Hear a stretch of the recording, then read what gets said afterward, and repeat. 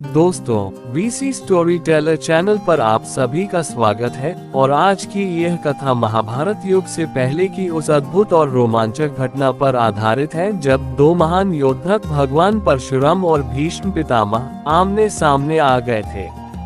अगर ये चैनल आपको अच्छा लगे तो प्लीज लाइक और सब्सक्राइब करें। ये केवल एक युद्ध नहीं था, बल्कि धर्म, प्रतिज्ञा और गुरु शिष्य परंपरा के बीच टकराव की सबसे बड़ी परीक्षा थी। कहानी उस समय की है जब भीष्म पितामह, जिन्हें उस समय देवव्रत कहा जाता था, अपने पिता राजा शांतनु की इच्छा और हस्तिनापुर के भविष्य के लिए आजीवन ब्रह्मचर्य की प्रतिज्ञा ले चुके थे। उनकी वीरता और युद्ध कौशल की चर्चा पूरे आर्यावर्त में फैल चुकी थी। दूसरी ओर भगवान परशुराम, जो स्वयं भगवान विष्णु के अवतार माने जाते हैं, क्षत्रियों के अत्याचार के विनाश के लिए प्रसिद्ध थे। उनका जीवन धर्म और न्याय की स्थापना के लिए समर्पित था।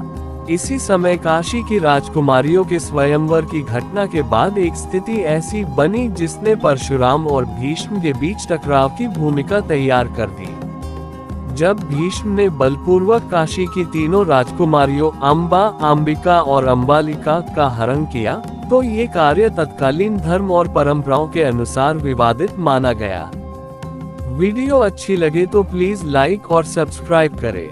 अंबा, जो पहले से ही शाल्वराज से प्रेम करती थी, अपमानित होकर न्याय की तलाश में भगवान परशुराम के पास पहुंची।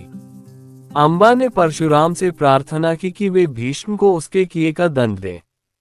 परशुराम, जो सदैव अन्याय के विरुद्ध खड़े होते थे, उन्होंने भीष्म को संदेश भेजा कि वे इस कार्य के लिए उत्तरदायी हैं और उन्हें युद्ध करना होगा। भीष्म ने भी अपने धर्म और कर्तव्य की रक्षा के लिए इस चुनौती को स्वीकार किया, क्योंकि वे जानते थे कि क्षत्रिय का धर्म अन्याय के सामने झुकना नहीं है। जब दोनों महायोद्धा कुरुक्षेत्र के मैदान में आमने सामने आए, तो वातावरण अत्यंत गंभीर और दिव्य हो गया। एक ओर थे परशुराम, जिनके पास दिव्य अस्त्र शस्त्र और असीम तपोबल था, और दूसरी ओर थे भीष्म, जिनकी प्रतिज्ञा और युद्ध कौशल उन्हें अजेय बनाते थे। दोनों के बीच युद्ध कई दिनों तक चला। कभी परशुराम का पलड़ा भारी होता, तो कभी भीष्म अपनी रणनीति और शक्ति से उन्हें पीछे धकेल देते। परशुराम ने कई दिव्य अस्त्रों का प्रयोग किया, लेकिन भीष्म ने हर बार उन्हें अपनी कुशलता से निष्फल कर दिया।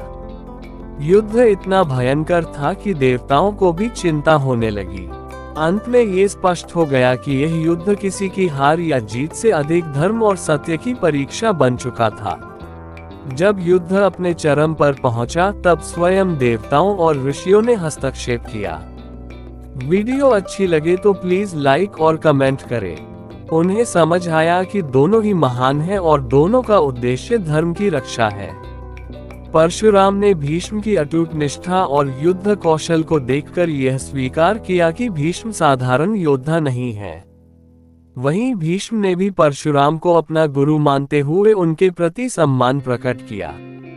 अंततः ये युद्ध किसी विनाश पर नहीं, बल्कि सम्मान और समझौते पर समाप्त हुआ।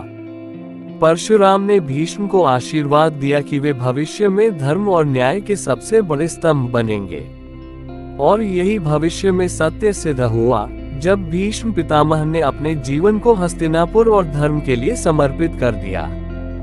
दोस्तों, ये कथा हमें सिखाती है कि सच्चा धर्म केवल युद्ध जीतने में नहीं, बल्कि सही और गलत के बीच संतुलन बनाए रखने में है।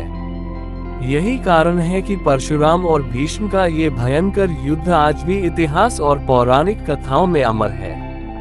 Thanks for watching.